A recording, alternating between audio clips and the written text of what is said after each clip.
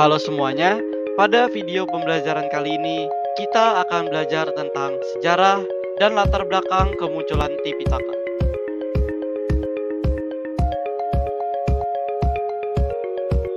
Sebelumnya, perkenalkan nama saya Sandi Karunia Sugihartana. Salam sejahtera bagi kita semua. Sotihotu Namo Buddhaya.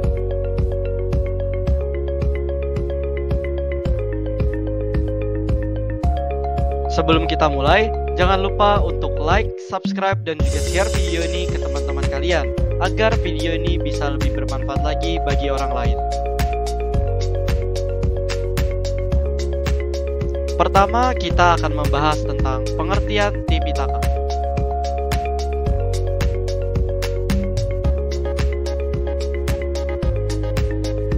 Tipitaka dalam bahasa Pali atau Tripitaka dalam bahasa Sanskerta berasal dari dua kata, yaitu ti atau tiga dan pitaka atau keranjang atau bagian atau kelompok. Tipitaka atau Tripitaka atau tiga keranjang terdiri dari Vinaya Pitaka, Sutta Pitaka, dan Abhidhamma Pitaka, di mana merupakan kitab suci yang dipakai dalam agama Buddha.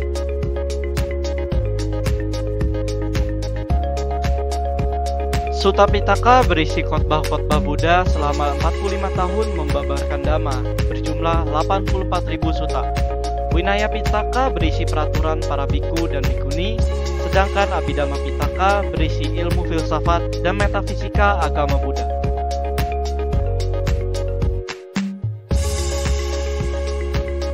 Kitab suci Tipitaka merupakan kumpulan ajaran Buddha yang dibabarkan selama kurang lebih 45 tahun. Pembabaran Dhamma oleh Buddha tersebut berada di tempat yang berbeda, kepada orang yang berbeda-beda, serta dengan cara yang berbeda-beda pula.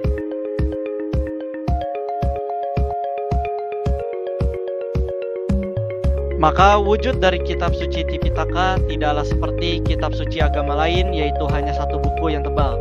Namun Tipitaka terdiri dari banyak jilid dan banyak buku yang tidak akan selesai dibaca dan dipahami hanya dalam kurun waktu yang dekat saja.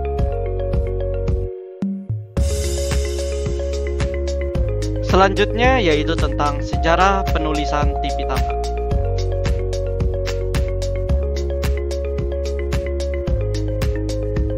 Secara garis besar, terdapat dua versi Tipitaka yang masing-masing ditandai dengan penggunaan bahasa yang berbeda, yakni Tipitaka dalam bahasa Pali dan Tripitaka dalam bahasa Sanskerta.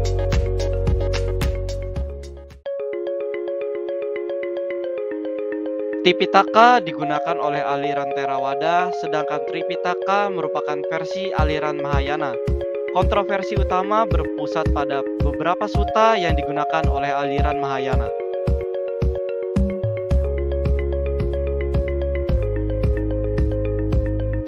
Penelusuran sejarah menunjukkan bahwa ajaran Mahayana baru muncul di India Selatan pada abad ke-1.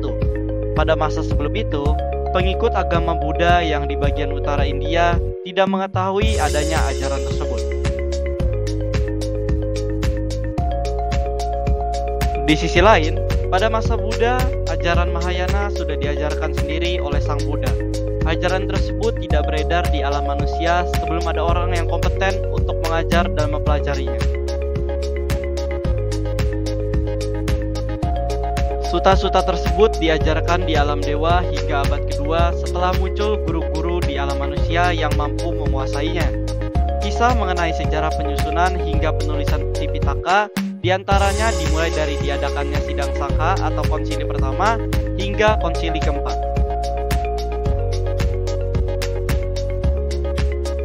Yang pertama yaitu konsili ke-1.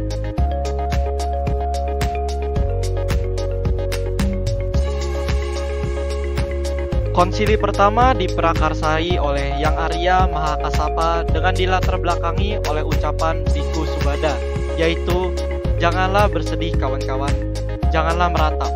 Sekarang kita terbebas dari pertapa agung yang tidak akan lagi memberitahu kita apa yang sesuai untuk dilakukan dan apa yang tidak, yang membuat hidup kita menderita. Tetapi sekarang kita dapat berbuat apapun yang kita senangi dan tidak berbuat apa yang tidak kita senangi.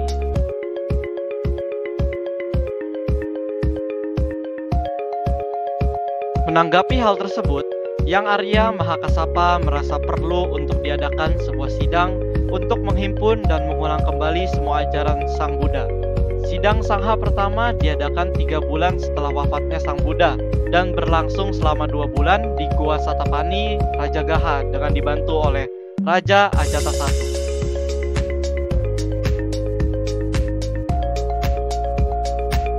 Sidang dihadiri oleh 500 arahat.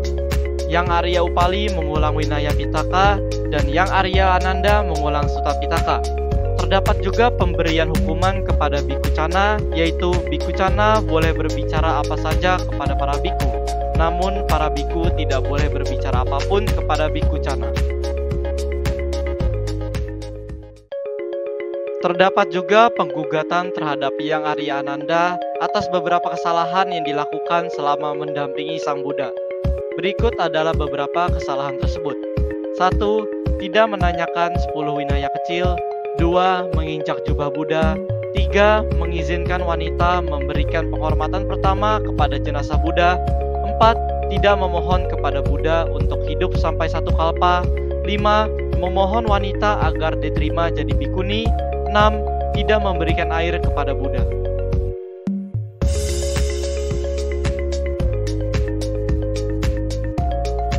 Adapun penjelasan Yang Arya Ananda terhadap gugatan tersebut yaitu 1. Karena ia dikuasai kesedihan atas parinibananya Sang Buddha. 2. Karena tidak ada orang yang membantunya. 3. Karena ia tidak mau mereka menunggu di sana. 4. Dia di bawah pengaruh mara. 5. Karena Mahapajapati Gotami yang merawat Siddhartha sewaktu kecil. 6. Air yang diminta Buddha adalah air sungai yang berlumpur.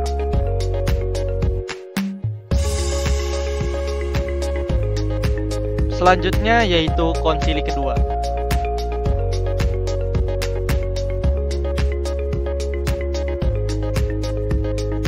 Sidang dipimpin oleh Yang Arya Rewata, dibantu oleh Yang Arya Yasa, dan dihadiri oleh 700 arahat.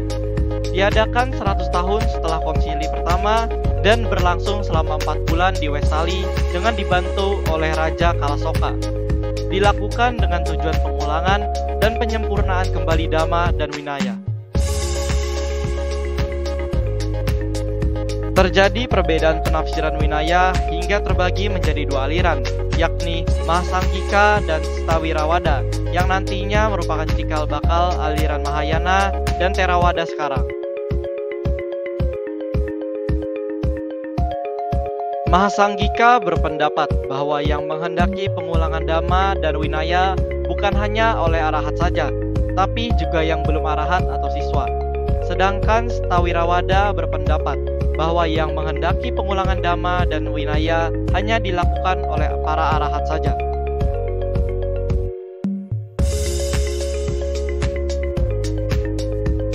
Selanjutnya yaitu konsili ketiga.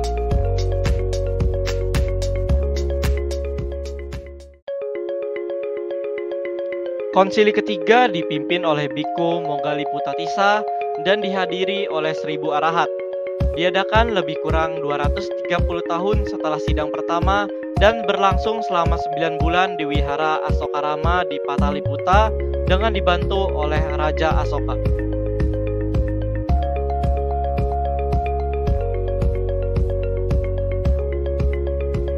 Tujuan konsili ketiga adalah untuk melindungi kemurnian ajaran Buddha, menertibkan penyelewengan pada ajaran Buddha yang mengakibatkan perbedaan pendapat dan perpecahan dalam Sangha, dan mengulang Sutta dan Winaya selama 9 bulan oleh arahat-arahat dari Stawirawada. Hasil dari konsili ini yaitu munculnya kitab Abhidhamma Pitaka dan memutuskan untuk mengirim duta Dhamma ke luar negeri.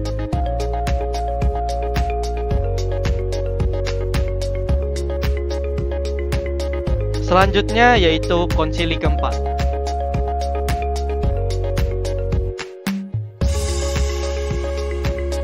Konsili keempat dipimpin oleh Bhikkhu Rakkhita Mahathera dan dihadiri oleh 500 bhikkhu. Diadakan lebih kurang 450 tahun setelah sidang pertama dan berlangsung selama 1 tahun di Wihara Aloka, Sri Lanka pada masa Raja Watagamani Abhaya.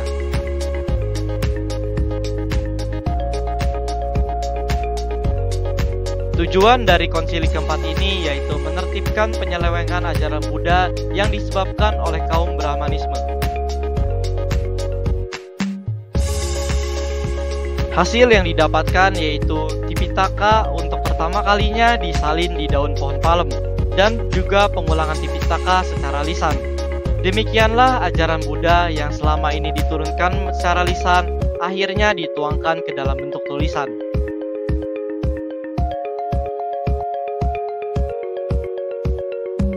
Perlu diketahui bahwa konsili keempat ini merupakan konsili yang diakui oleh aliran Theravada. Sementara itu, aliran Sarwastivada yang kemudian menjadi Mahayana mengadakan konsili keempat di Jalandhar di bawah dukungan Raja Kusan Kaniska I.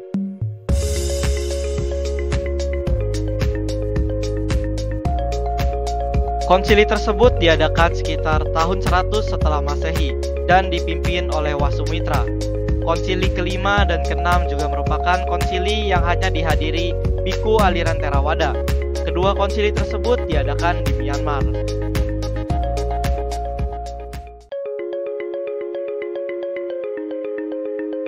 Salah satu hasil dari konsili kelima adalah diukirnya teks Tipitaka ke dalam 729 batu marmer dalam tulisan Myanmar. Pada dasarnya konsili tersebut hanya dihadiri oleh biku dari Myanmar saja. Terdapat total 729 transkrip yang diukir di batu marmer pada tahun 1862. Setiap batu terdiri atas 80 hingga 100 baris teks dan diukir menggunakan tinta emas.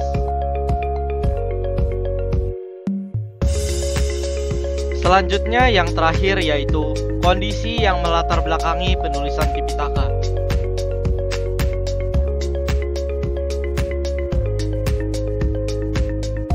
Berbagai konsili yang sudah pernah diadakan pada dasarnya didorong oleh pemahaman akan pentingnya menjaga ajaran Buddha agar tetap murni dan otentik. Konsili-konsili tersebut juga dilatar belakangi oleh fakta-fakta sejarah pada waktu itu, yakni munculnya kejadian yang dianggap bisa merusak kemurnian Tipitaka.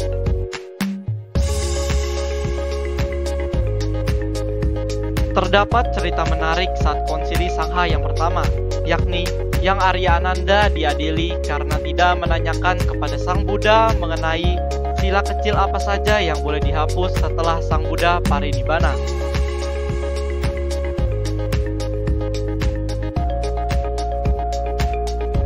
Sebelum parinibbana, Sang Buddha sempat memberitahukan kepada Yang Arya Ananda bahwa terdapat sila-sila kecil di dalam winaya yang boleh dihapus.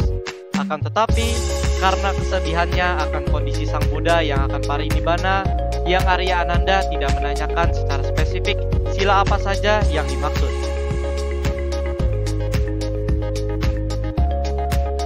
Untuk menjaga keutuhan Sangha, akhirnya Yang Arya Mahakasapa memutuskan bahwa tidak ada sila di dalam winaya yang dihapus. Hal ini tidak lain demi menjaga kemurnian dari Tipitaka itu sendiri. Jika terdapat sila yang dihapus, tentu saja orang-orang akan terus berdebat mengenai sila mana saja yang akan dihapus dikarenakan perbedaan interpretasi winaya.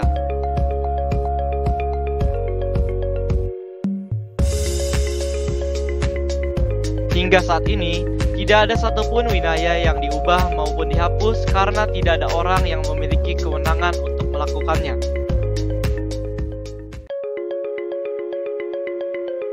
Melalui penelusuran lebih jauh mengenai sejarah-sejarah perkembangan Buddhisme, diharapkan mampu memahami tantangan-tantangan yang sudah pernah dialami oleh guru-guru besar Buddhis di masa lampau.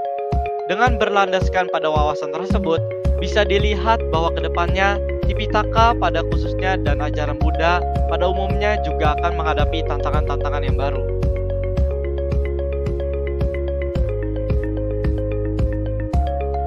Nah, seperti itulah materi tentang sejarah dan latar belakang kemunculan Tipitaka.